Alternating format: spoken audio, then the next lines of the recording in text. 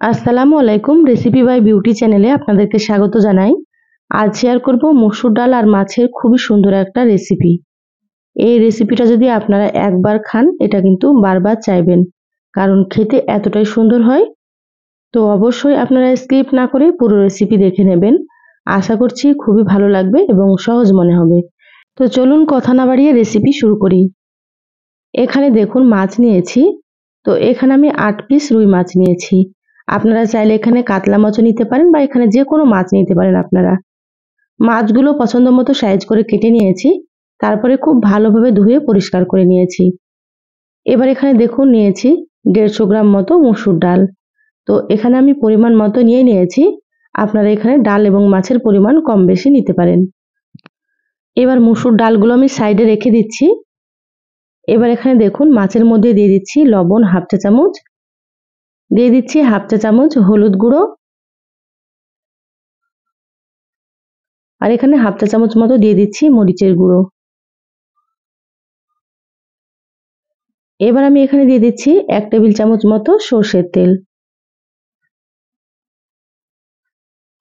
এবার হাত দিয়ে খুব ভালোভাবে মশলাগুলো মাছের সঙ্গে মাখিয়ে নেব। এই কাজটা কিন্তু অবশ্যই আপনারা হাত দিয়ে করে নেবেন, তাতে করে মাছে মশলা সুন্দর মতো মাখানো হবে। তো যারা ভিডিওটি ইউটিউব চ্যানেল থেকে নতুন দেখছেন প্লিজ চ্যানেলটা সাবস্ক্রাইব করে চ্যানেলের সাথেই থাকবেন। যারা ফেসবুক পেজ থেকে ভিডিওটি দেখছেন একটা লাইক দিয়ে পেজটা ফলো করে রাখবেন পরবর্তী ভিডিওর নোটিফিকেশন পাওয়ার জন্য। দেখুন মাছগুলো খুব ভালোভাবে মেখে নিয়েছি, মাখা হয়ে গিয়েছে। এইভাবে আমি 10 মিনিট রেখে দেব। 10 মিনিট পরে আপনাদেরকে আমি দেখাচ্ছি। 10 মিনিট পর গ্যাস অন করে কড়াই দিয়ে দিলাম। এবার দিয়ে দিচ্ছি সর্ষের তেল। তো এখানে প্রায় আমি 4 টেবিল চামচ মতো সর্ষের তেল দিয়ে দিলাম।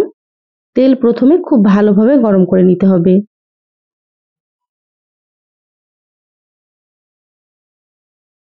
তেলটা খুব ভালোভাবে গরম করে নিয়েছি। এবার আমি এখানে মাছগুলো দিয়ে দিচ্ছি।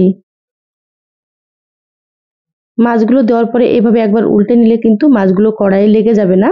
আপনারা এভাবে ভেজে নিতে পারেন। তো কড়াইয়ে যতটা ধরছে ততটা মাছ এখানে আমি দিয়ে দিচ্ছি।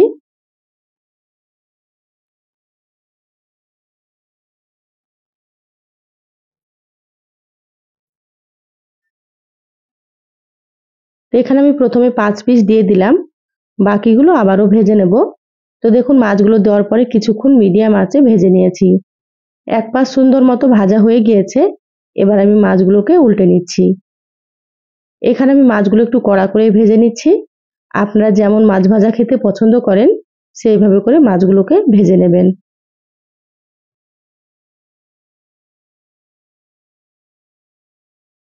মাছগুলো দেখুন দুপাশ সুন্দর মতো ভাজা হয়ে গিয়েছে। এবার আমি প্লেটে তুলে নেব।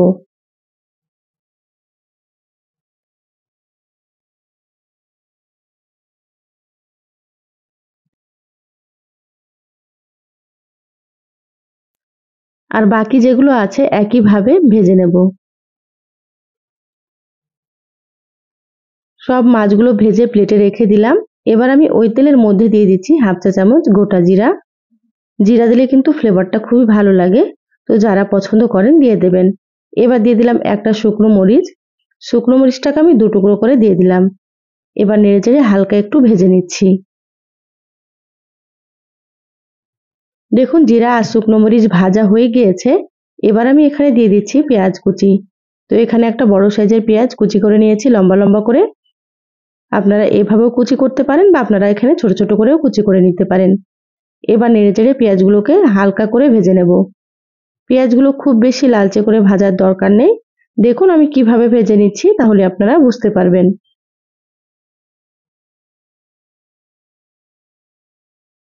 পেঁয়াজগুলো এইভাবে ভেজে নিতে হবে। ভাজা হয়ে গিয়েছে। এবার আমি এখানে দিয়ে দিচ্ছি 1 চা চামচ আদা বাটা, আর দিয়ে দিচ্ছি এখানে 1/2 চা চামচ রসুন বাটা। এবার আদা রসুনটাকেও একটু ভেজে নিতে হবে যাতে করে আদা রসুনের কাঁচা গন্ধটা চলে যায়। গ্যাসের আঁচ মিডিয়ামে রেখে 2 থেকে 3 মিনিট একটু ভেজে নেব, তাহলে আদা রসুনের কাঁচা গন্ধটা চলে যাবে। এবার আমি এখানে দিয়ে দিচ্ছি টমেটো কুচি। তো এখানে বড় সাইজের একটা টমেটো কুচি করে নিয়েছি। এবার দিয়ে দিচ্ছি স্বাদ মতো লবণ। তো যেহেতু প্রথমে মাছ ভাজার সময় লবণ দিয়েছিলাম, লবণটা কিন্তু আপনারা বুঝেই ব্যবহার করবেন। এবার আমি এখানে নেড়েচেড়ে খুব ভালোভাবে টমেটোগুলো একটু নরম করে নেব। আর লবণ দেওয়ার কারণে কিন্তু টমেটো খুব তাড়াতাড়ি নরম হয়ে যাবে।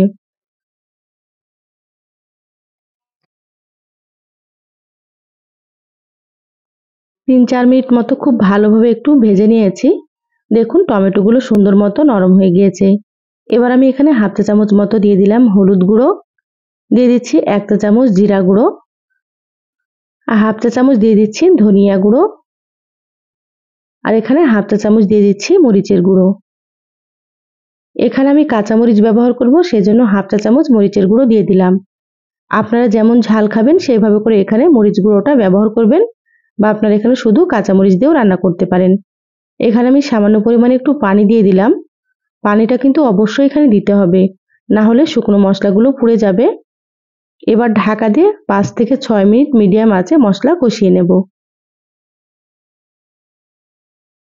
দেখুন ৬ মিনিট পর আমি ঢাকাটা খুলে নিচ্ছি। মশলা সুন্দর মতো কষানো হয়ে গিয়েছে। আর এখানে দেখুন মশলার কালারটা কতটা সুন্দর হয়েছে। এইভাবে একটু সময় নিয়ে মশলা কষিয়ে নিলে কিন্তু রান্নাটা খেতে অনেক বেশি ভালো লাগবে। এবার আমি এখানে দিয়ে দিচ্ছি মসুর ডাল। তো মসুর ডালগুলো কয়েকবার পানি পাল্টে খুব ভালোভাবে ধুয়ে নিয়েছি। সম্পূর্ণ ডালগুলো দিয়ে দিলাম। এবার মশলার সাথে ১ থেকে ২ মিনিট মতো এভাবে করে নেড়েচেড়ে কষিয়ে নেব।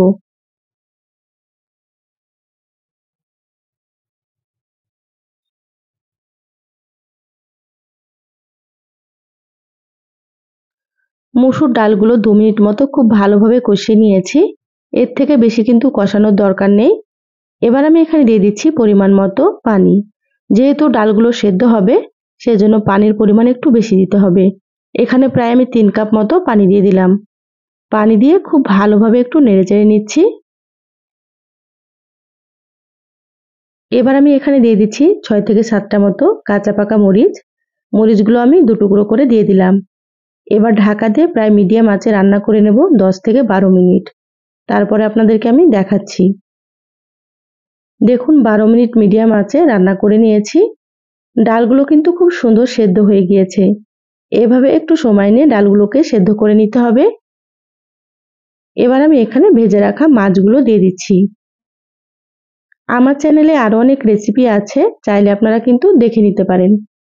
আমি সবসময় সহজ রেসিপিগুলো আপনাদের সঙ্গে শেয়ার করার চেষ্টা করি। খেতে খুবই সুন্দর হয়। আপনারাও রান্না করে খেয়ে কমেন্ট করে জানাবেন আপনাদেরকে কেমন লেগেছে। দেখুন মাছগুলো দেওয়ার পরে খুব ভালোভাবে একটু নেড়েচেড়ে নিলাম। এবার ঢাকা দিয়ে ৫ মিনিট রান্না করে নেব। ৫ মিনিট পরে আপনাদেরকে আমি দেখাচ্ছি। ৫ মিনিট মিডিয়াম আঁচে রান্না করে নিয়েছি। এবার ঢাকাটা খুলে নিচ্ছি। মাছগুলো কিন্তু সুন্দর মতো সেদ্ধ হয়ে গিয়েছে, আর এখানে মসুর ডালগুলো সেদ্ধ হয়ে গিয়েছে। ঝোলটা কিন্তু এইরকমই রাখতে হবে, কারণ নামানোর পরে অনেকটাই কিন্তু ঘন হয়ে যাবে। এবার দিয়ে দিচ্ছি ১ চা চামচ ভাজা জিরা গুঁড়ো।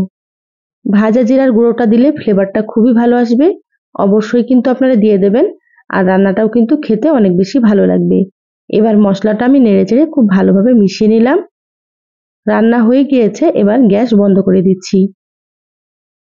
ঢাকা দিয়ে ২ থেকে ৩ মিনিট রেখে দেব, তারপরে আপনাদেরকে আমি দেখাচ্ছি। দেখুন ৩ মিনিট পর বলে ঢেলে নিয়েছি, আর কতটা সুন্দর হয়েছে। আপনারা তো মাছের অনেক রকম রেসিপি খেয়েছেন, তো এইভাবে একবার মসুর ডাল দিয়ে রান্না করে খেয়ে দেখবেন। বাড়ির ছোট থেকে বড় সকলেই কিন্তু খুবই পছন্দ করবে। তো এই সহজ রেসিপিটা কেমন লাগলো চ্যানেলের কমেন্ট বক্সে কমেন্ট করে জানাবেন। ভালো লাগলে একটা লাইক দিয়ে যতটা সম্ভব ভিডিওটা আপনারা শেয়ার করে দিবেন। সবাই ভালো থাকবেন, সুস্থ থাকবেন। দেখা হবে নতুন রেসিপিতে। ধন্যবাদ সবাইকে। আল্লাহ হাফিজ।